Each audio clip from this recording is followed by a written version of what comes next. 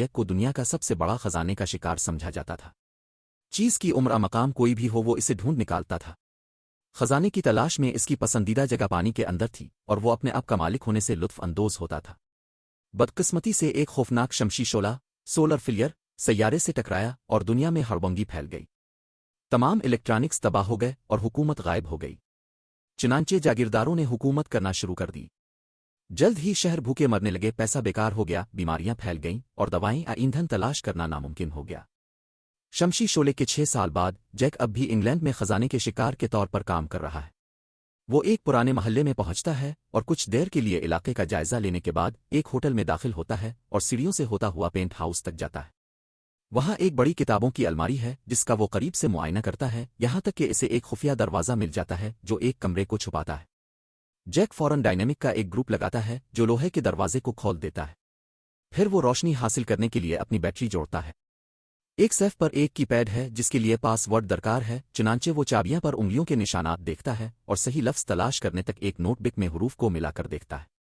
Safe खोलते ही इसे पुराने रिकॉर्ड्स का एक मजमुआ मिलता है और वो वाला रिकॉर्ड चलाता है जो पासवर्ड से मिलता जलता है।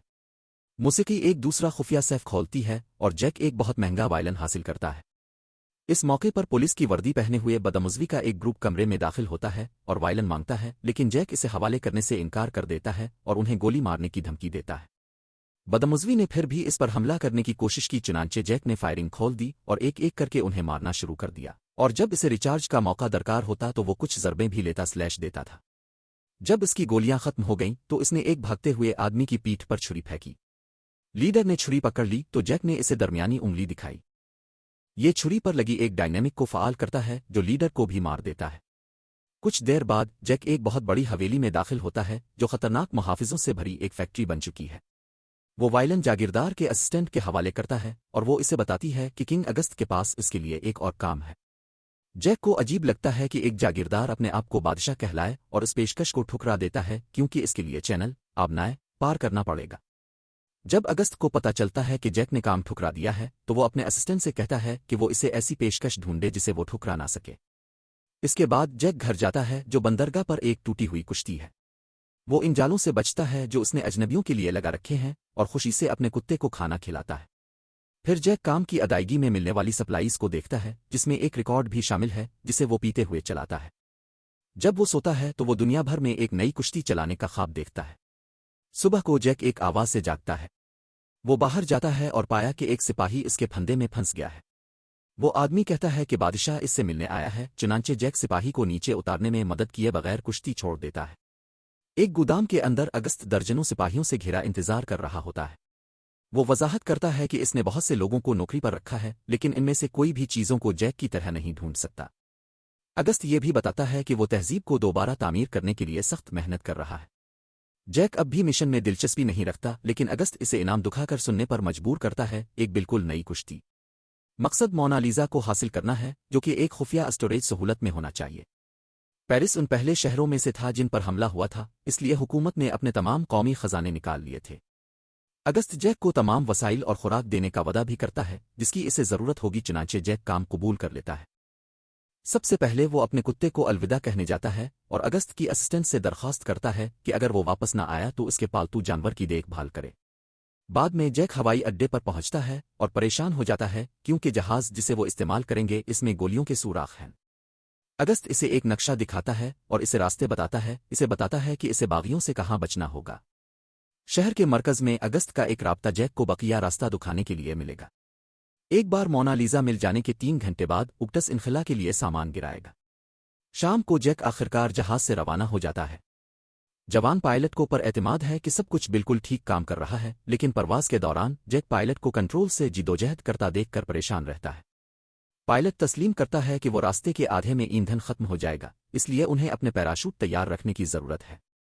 जैक ने टिप्स मांगे क्योंकि इसने पहले कभी पैराशूट इस्तेमाल नहीं किया था, लेकिन पायलट मददगार साबित नहीं होता। आखिरकार जैक सो जाता है और फिर से कुश्ती चलाने का ख्वाब देखता है। इस बार एक औरत इसके साथ है। अचानक जहाज के हिलने से इसकी नींद टूट जाती है और इससे पता चलता है कि उन पर हमला हो रहा है। पायलट तमाम गोलियां बचाने की पूरी कोशिश कर रहा है लेकिन वो ऐलान करता है कि उन्हें पहले ही छलांग लगानी होगी। एक महफूज जगह मिलते ही जैक बाहर कूदता है और पैराशूट खोल देता है। وہ کچھ دیر تک ہوا میں تیرتا رہتا ہے اور آخرکار اس کی لینڈنگ کافی دردناک ہوتی ہے۔ اس کے بعد جیک چل پڑتا ہے تو اس علاقے میں مختلف آگ کے دھوئیں نظر آتے ہیں۔ اس کے لیے خوفناک بات یہ ہے کہ باغیوں کو ان کے اعمال کی پاداش میں پھانسی دے دی گئی ہے۔ اچانک ایک ٹینک ایک عمارت سے پھٹتا ہے اور اپنی توپ جیک کی طرف کرتا ہے، لیکن فائر کرنے سے پہلے ہی ٹینک میزائل سے ٹکرا جاتا ہے۔ پھر باغیوں کا ایک گروپ چھپنے کی جگہ سے نکلتا ہے اور اندر موجود سپاہیوں کو مارنے کے لیے ٹینک کے اندر ایک گرنیڈ پھینکتا ہے۔ باغیوں کے جانے کے بعد جیک آخرکار چل پڑتا ہے۔ امیان شہر میں سپاہی ظالم جاگیردار وولکوف کی قیادت میں گلیوں میں دہشت پھیلاتے ہیں۔ وولکوف شطرنج کھیلنا پسند کرتا ہے کیونکہ یہ اسے جنگی حکمت عملی سکھاتی ہے اور وہ شہریوں کو زبردستی اپنے ساتھ کھیلنے پر مجبور کرتا ہے۔ جب اس کا تازہ ترین مخالف انکشاف کرتا ہے کہ وہ کھیلنا نہیں جانتا تو وولکوف اسے فوراً گولی مار دیتا ہے۔ اس کا دایاں ہاتھ گوریچ اسے بتاتا ہے کہ ایک گھسنے والے کو جہاز سے کودتے دیکھا گیا تھا۔ چنانچہ وولکوف اپنے آدمیوں کو اسے ڈھونڈنے کے لیے بھیجتا ہے۔ صبح کو جیک سینٹ کونٹن پہنچ جاتا ہے۔ یہاں ہر شخص غربت میں اور وولکوف کے خوف میں زندگی گزار رہا ہے۔ جیک ایک کار کے پیچھے دیکھتا ہے اور پرانے کپڑے لے لیتا ہے تاکہ اپنے اچھے کپڑے چھپا سکے۔ مرکزی چوک پر سپاہی سب کو قواعد یاد دلا رہے ہیں، جن میں سخت کرفیو بھی شامل ہے۔ کوئی بھی جو قواعد توڑے گا اسے سخت سزا دی جائے گی، اور وہ دو باغیوں کو گولی مار کر اس کا ثبوت دیتے ہیں۔ جب جیک جانے کی کوشش کرتا ہے تو وہ خود کو سپاہیوں سے گھرا پاتا ہے جو اسے اپنا بیگ گرانے کو کہتے ہیں۔ وہ ایک آدمی کے چہرے پر بیگ پھینکتا ہے اور ٹیم سے لڑنا شروع کر دیتا ہے۔ ایک سپاہی کا ہاتھ کار کے دروازے میں پھنسا دیتا ہے اور دوسرے لڑکے کسر کھڑکی سے ٹکرا دیتا ہے۔ ایک سپاہی چاقو سے اس پر حملہ کرنے کی کوشش کرتا ہے لیکن جیک اسے روکتا ہے اور اس کے اپنے ہتھیار سے اسے چھری مار دیتا ہے۔ چند سیکنڈوں میں سب گر جاتے ہیں اور جیک جانے کے لیے تیار ہو جاتا ہے، لیکن ایک اور سپاہی چھپنے کی جگہ سے نکلتا ہے اور جیک پر فائر کرنے کے لیے تیار ہو جاتا ہے۔ تاہم اچانک اس کا گلا ایک آزادی پسند جنگجو کاٹ دیتا ہے۔ معلوم ہوا کہ ڈرا اگست کا رابطہ ہے۔ وہ پورا وقت جیک کو دیکھ رہی تھی لیکن اس نے مدد نہیں کی کیونکہ وہ دیکھنا چاہتی تھی کہ کیا وہ خود کو سنبھال سکتا ہے، کیونکہ حالات مزید خطرناک ہوتے جا رہے ہیں۔ دونوں شہر میں تیزی سے آگے بڑھتے ہیں، بھیڑ میں چھپنے کی کوشش کرتے ہیں۔ تاہم ایک جنرل اب بھی انہیں دیکھ لیتا ہے۔ جیک اور ڈرا ایک چرچ میں داخل ہوتے ہیں اور فادر سیمسن سے ملتے ہیں، جن کے پاس ایک اہم نقشہ ہے جو حال ہی میں پھانسی دیے گئے باغیوں نے حاصل کیا تھا۔ سیمسن دونوں کو اپنے گیراج میں لے جاتا ہے اور انہیں ٹرک دکھاتا ہے جس پر وہ کام کر رہا تھا۔ نقشے پر وہ ان کی اگلی منزل کی طرف اشارہ کرتا ہے اور انہیں کونے میں ایک سائفر کوڈ نظر آتا ہے۔ جب سیمسن ٹرک تیار کرتا ہے، ڈرا جیک کے زخموں کا خیال رکھتی ہے۔ اس موقع پر جنرل اور اس کی فوج چرچ کے گرد گھیرا ڈال لیتی ہے اور سب سے باہر آنے کو کہتی ہے۔ ڈرا اور جیک ٹرک کی طرف بھاگتے ہیں جبکہ سیمسن جنرل کو مشغول رکھنے کے لیے باہر جاتا ہے۔ سپاہی اس پر یقین نہیں کرتے جب وہ کہتا ہے کہ وہ اکیلے ہے اور تلاشی کے لیے چرچ میں داخل ہوتے ہیں۔ سیمسن اپنی بندوق نکالتا ہے اور جنرل کے بازو میں گولی مارتا ہے لیکن فوراً فوج کے ہاتھوں مارا جاتا ہے۔ اندر سپاہیوں کو گیراج مل جاتا ہے اور وہ ٹرک میں جیک کو دیکھ کر مشغول ہو جاتے ہیں۔ ڈرا ان پر پیچھے سے کود پڑتی ہے اور ان سب سے لڑنا شروع کر دیتی ہے، فائرنگ اور چھریاں مار کر جلدی سے ان سب کو مار دیتی ہے۔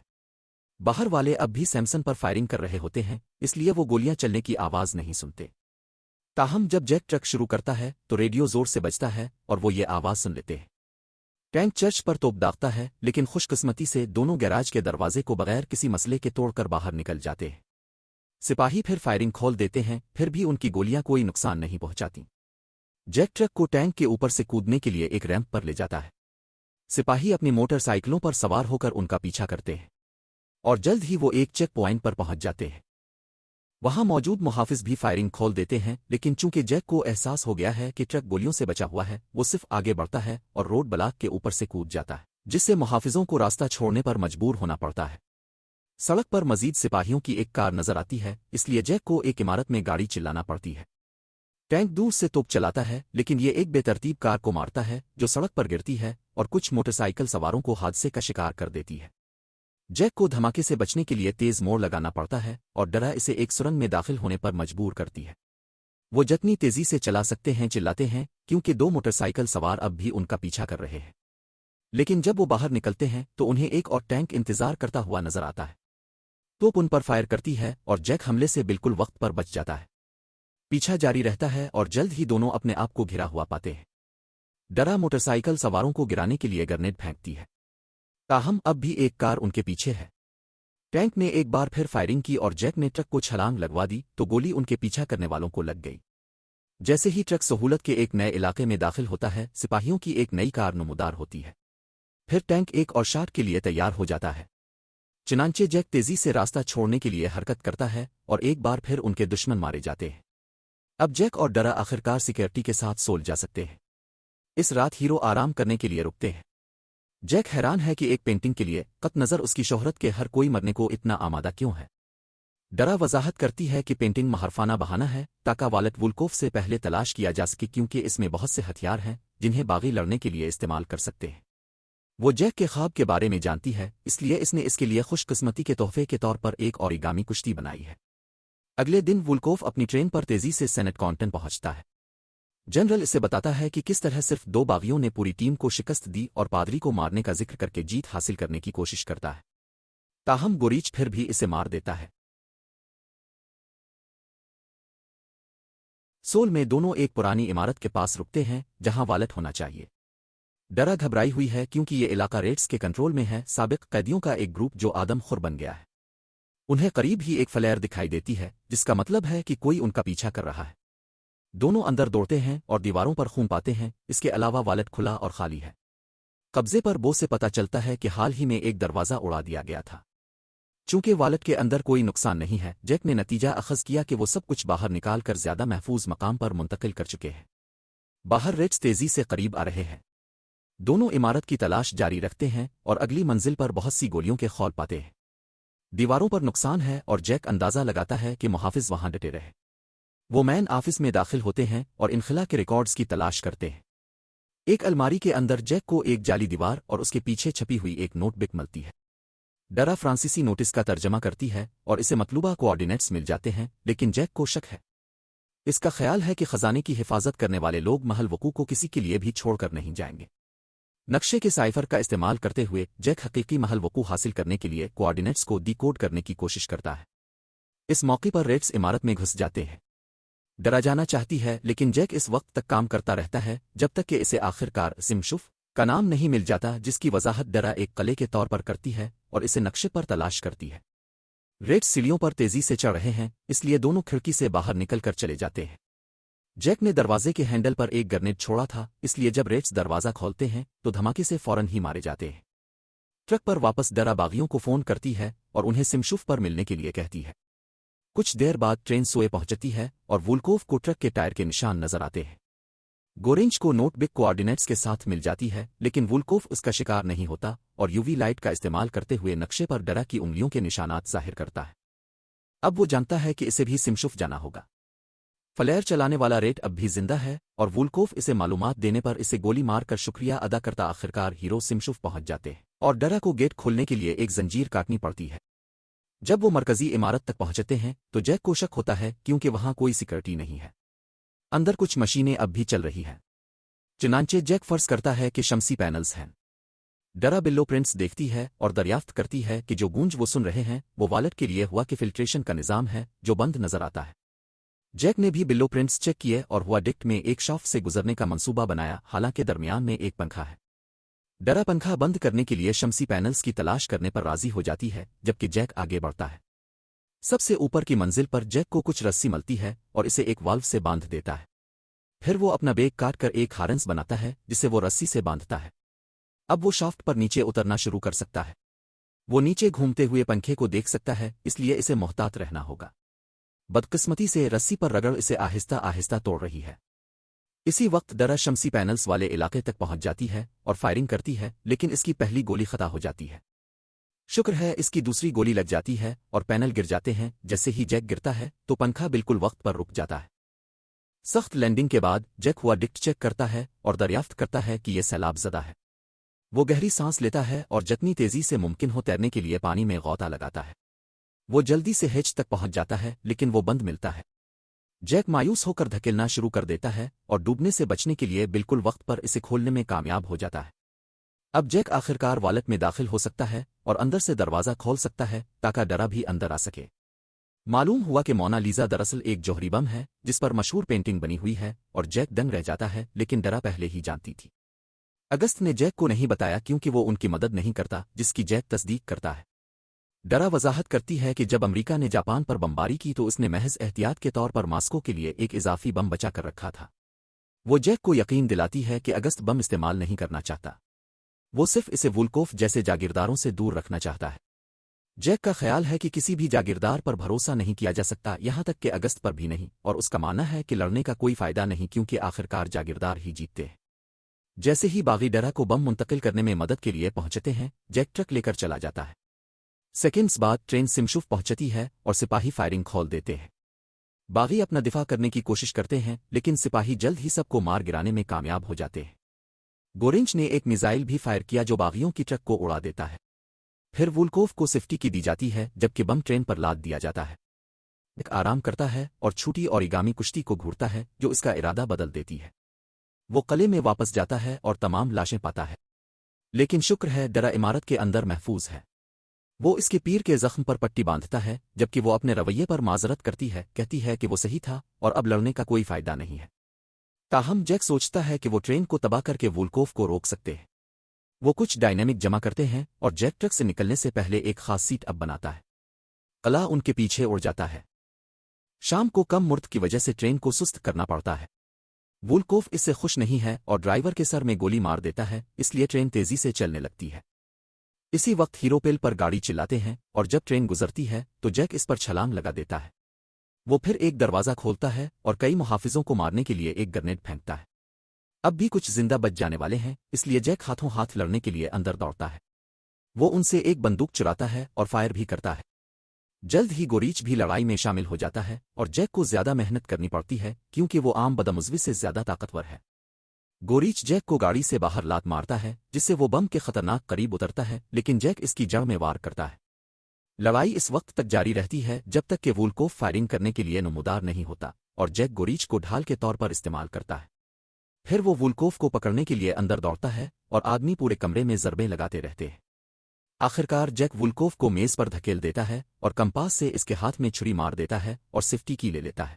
نہ ڈرا آگے بڑھتی ہے اور اگلے پل پر پہنچتی ہے جہاں وہ ڈائنامک لگاتی ہے۔ وہ جلد ہی دھماکے سے اڑ جاتی ہے اور پل کو تباہ کر دیتی ہے اس سے پہلے کہ ٹرین اسے پار کر سکے۔ جیک فوراً گاڑی چھوڑ دیتا ہے اور وولکوف ٹرین روکنے کی کوشش میں کنٹرولز کی طرف بھاگتا ہے لیکن بہت دیر ہو چکی ہوتی ہے۔ وولکوف صرف یہ دیکھ سکتا ہے کہ ٹرین کھائی میں گرتی ہے، قریب ہی وادی میں گرتے ہوئے کئی بار دھماکے ہوتے ہیں۔ اینڈریا روتی ہے کیونکہ وہ سمجھتی ہے کہ جیک بھی مر گیا ہے، لیکن وہ اسے پیچھے سے حیران کر دیتا ہے اور وہ گلے ملتے ہیں۔ کچھ دیر بعد انگلینڈ میں جیک سیفٹی کی اگست کے حوالے کرتا ہے اور وضاحت کرتا ہے کہ بم وادی کی تہ میں ہے۔ صرف کی اسے دھماکے سے اڑا سکتا ہے لیکن اگٹس اب بھی محض احتیاط کے طور پر اسے بازیاب کرنا چاہتا ہے۔ جیک کوئی اور مشن قبول کرنے سے انکار کر دیتا ہے اور اپنی نئی کشتی پر سوار ہو کر چلا جاتا ہے۔ ڈرا اس میں شامل ہو جاتی ہے اور وہ چومتے ہیں جبکہ وہ مل کر دنیا بھر میں سفر کرنے نکلتے ہیں۔ اس دوران اگست سیفٹی کی اپنے والٹ میں رکھ دیتا ہے، یہ انکشاف کرتے ہوئے کہ اس کے پاس اصل مونالیزا پہلے ہی سے موجود تھی۔ اس چینل کو سبسکرائب کریں اور نوٹیفیکیشنز آن کریں تاکہ آپ اس طرح کے مزید ویڈیوز دیکھ سکیں۔ دیکھنے کا شکریہ۔